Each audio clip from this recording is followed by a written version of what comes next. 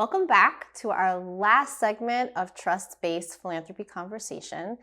And I know I said I was excited about capacity building the last time. I'm actually really excited about this one too, which is about how to structure the investment around capacity building for your nonprofit grantees.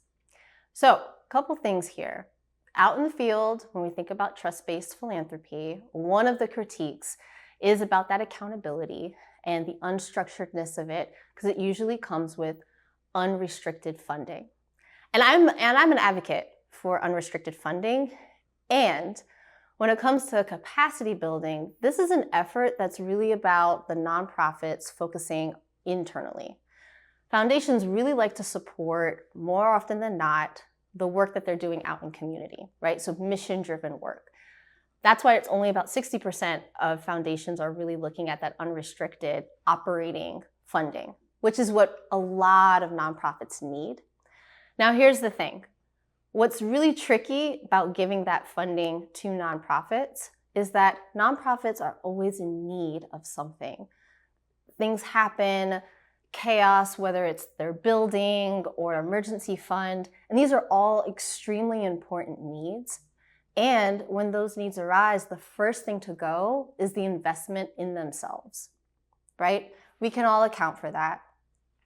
So we like to share this way of thinking about unrestricted funds is that if you're going to invest in capacity building, rather than giving the funds to the nonprofit directly, what would it be like if you were able to partner with a consultant or some type of support organization that can provide the type of capacity building that you learned from having that really amazing relationship that we talked about in the first video?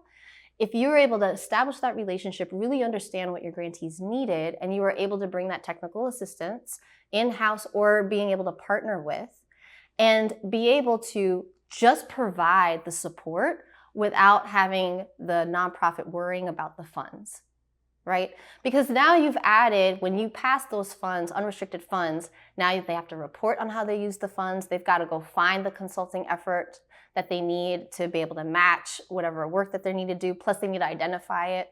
Versus if the foundation is carrying all of that, and that foundation has a really strong partner with the consulting aid, then the nonprofit is just able to focus on the work itself.